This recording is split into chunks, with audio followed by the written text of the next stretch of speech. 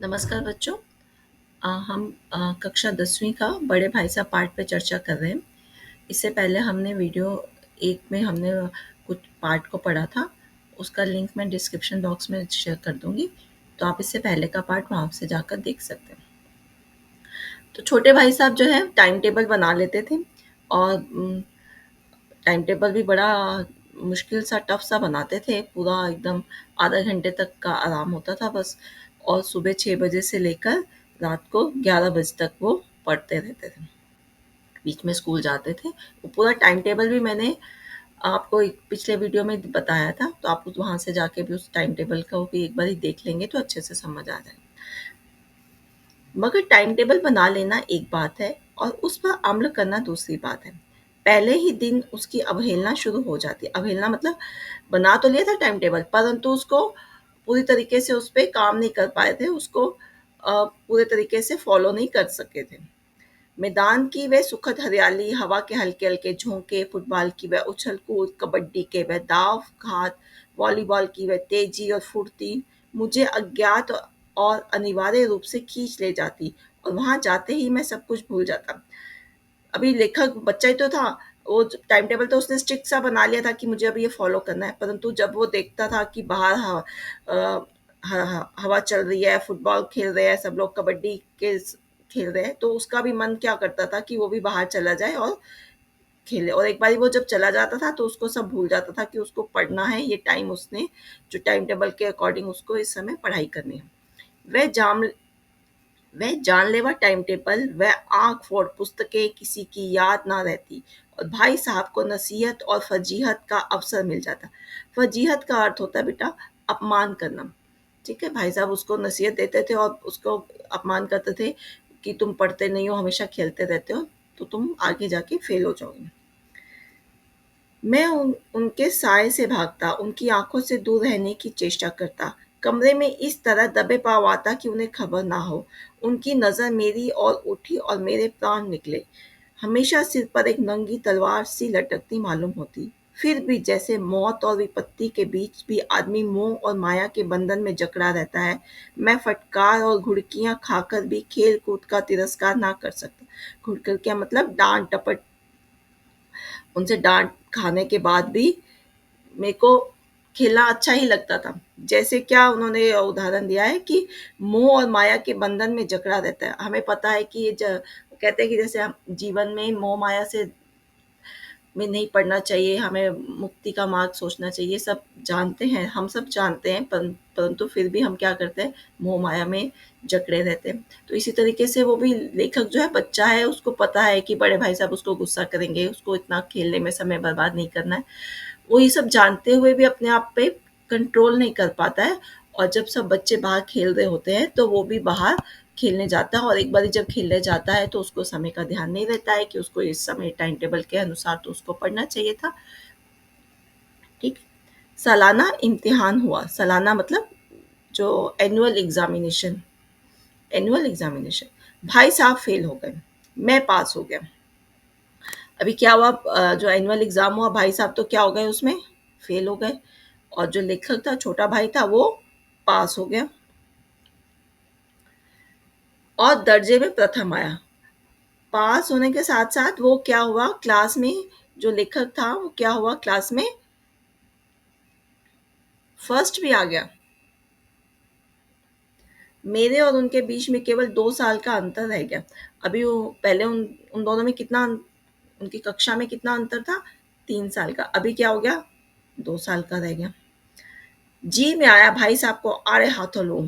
आपकी वह घोर तपस्या कहाँ गई, मुझे देखिए, मजे से खेलता भी रहा और दर्जे में अव्वल भी आ गए भी हूँ, लेकिन वे इतने दुखी और उदास थे कि मुझसे उनसे दिली हमदर्दी हुई, और उनके घाव पर नमक छिड़कने पर विचार करना ही लज्जाप्रस्त जान पड़ता था। अभी लेखक का मन तो किया कि मैं जाके अपने बड़े भाई को बोलूँ, आपने देखा मैं तो पास हो गया, मैं तो फर्स्ट आ गया और आप तो फिर वहीं रह गए। पर जब उसने अपने भाई को देखा, वो इतने ज़्यादा परेशान थे, इतने दुखी थे कि उसको अपने आप पे शर्म आई। लज्जाप्रस्त मतलब कि उसको अपने आप पे शर्म आई कि मैं क्या सोच रहा हूँ, अपने भाई के बारे में मैं ऐसे विचार कैसे ला सकता हूँ। हाँ, अब मुझे अपने ऊपर कुछ अभिमान और आत्मसम्मान भी बढ़ा। भाई साहब का वह रोब मुझ पर ना रहा। आज़ादी से खेल कूद में शरीक होने लगा। अभी एकदम वो फ्री हो गया। अभी उसको बड़े भाई साहब जो उसको बार बार बोलते थे कि मेरी तरह जैसे पढ़ो, मैं पढ़ता रहता हूँ, अभी बड़े भाई साहब उसको बोल नहीं रहे थे। अभी लेखक तो एकदम फ्री हो गया, अपनी मर्जी से जितना खेलना उतना वो खेलता रहता। दिल मजबूत था। अगर उन्होंने फिर मेरी फजीहत की, फजीहत का मतलब अपमान, तो साफ कह दूंगा, आपने अपना खून जलाकर कौन सा तीर मार लिया? मैं तो खेलते कूदते दर्जे में अव्वल आ गया।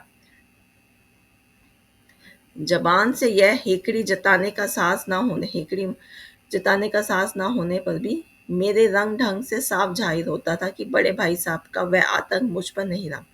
मन उसका करता था कि बड़े भाई साहब, अब अगर अब उन्होंने कुछ मुझे डांटा तो मैं तो उनको बोल दूंगा कि आ, आप कितना पढ़ लिख के आपने क्या कर लिया, कौन सा तीर मार लिया, मैं को देखो, मैं तो खेलता भी था, पढ़ता भी था, और फिर भी मैं फर्स्ट आ गया। पर मुंह से नहीं बोल पाता था, पर उसका एटीट्यूड इस तरीके से हो गया था अपने बड़े भाई साहब की तरफ कि वो शो करता था कि मैं जो कर रहा हूँ मैं कर रहा हूँ, मुझे अभी आप डांट नहीं सकते क्योंकि आप तो कक्षा में फेल हो गए और मैं तो कक्षा में अव्वल आ गया। बड़े भाई साहब ने इसे भांप लिया। अभी बड़े भाई साहब को समझ आ गया था कि ये किस तरीके से एटीट्यूड ये कर रहा है। उनकी सहज बुद्धि बड़ी तेज थी। उनकी जो वैसे जो बुद्धि थी, जो उनकी थी नॉलेज थी, वैसे बड़ा स्मार्ट थे। पढ़ाई में उनके मार्क्स नहीं आते थे, फेल हो जाते थे, पर उनको अनुभव बहुत था। और एक दिन जब मैं भोर का समय, भोर मतलब सुबह, मॉर्निंग, भोर का सारा समय गुल्ली डंडे की भेंट करके ठीक भोजन के समय लौटा तो भाई साहब ने मानो तलवार खींच ली और मुझ पर टूट पड़े। देखता हूँ इस साल पास हो गए और दर्जे में अव्वल आ गए, तो क्या तुम्हें दिमाग हो गया है? मगर भाईजान, घमंड तो बड़े बड़े का नहीं रहा। तुम्हारी क्या हस्ती है? इतिहास में रावण का हाल तो पढ़ा ही होगा। उसके चरित्र में तुमने कौन सा उपदेश लिया, या यूं ही पढ़ गए? महज इम्तिहान पास कर लेना कोई चीज नहीं है, असल चीज है।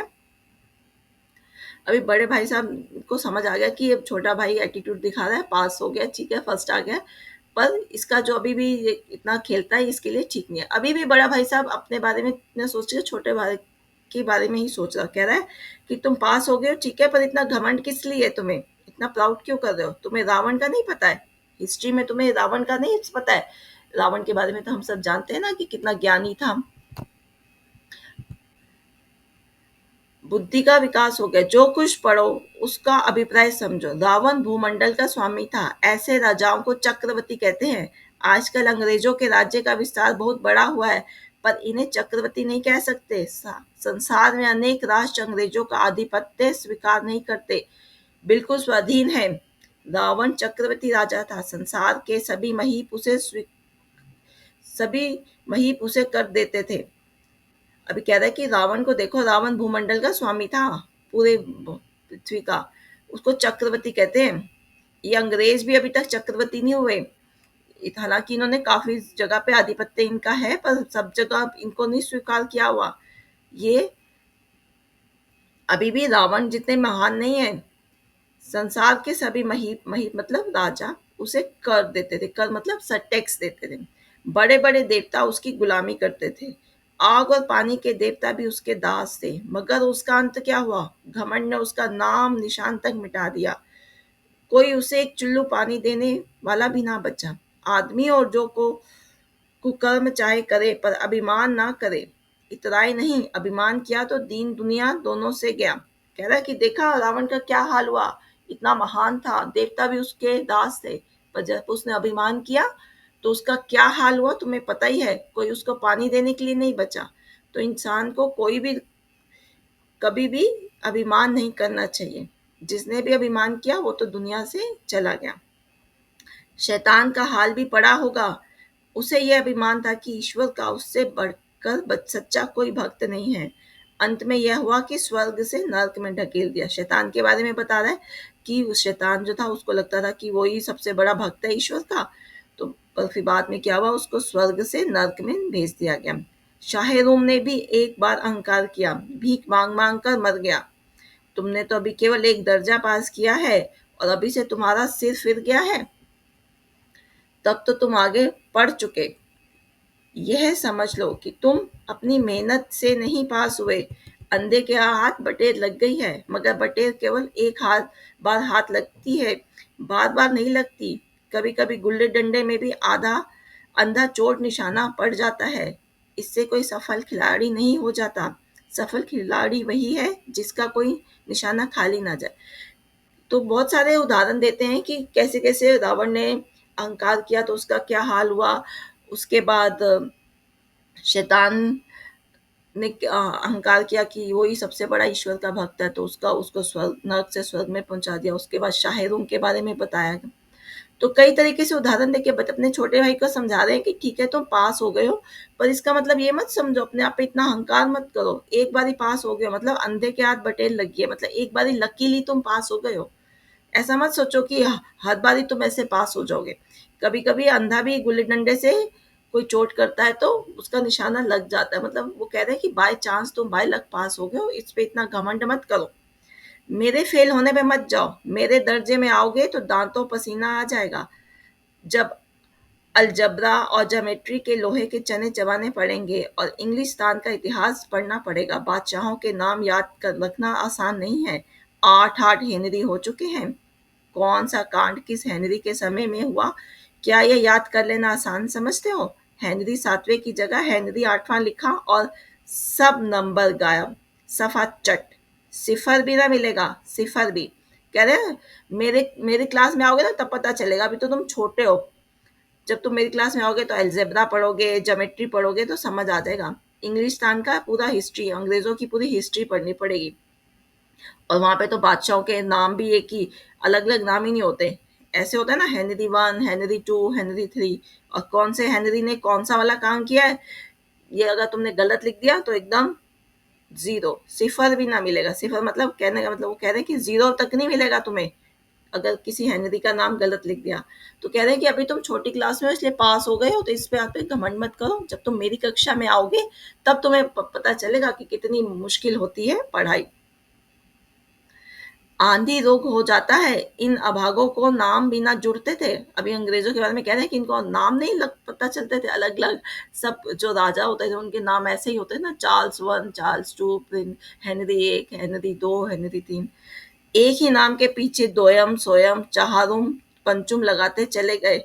मुझसे पूछते तो 10 लाख नाम बता देता। कह रहे इन अंग्रेजों को नाम नहीं मिलते थे, मुझसे पूछते तो मैं इनको अलग अलग नाम सजेस्ट कर देता, 10 लाख नाम तो मैं ही बता देता। और ज्योमेट्री तो बस खुदा ही पना। अ ब जा की जगह आ जा बा लिख दिया और सारे नंबर गायब।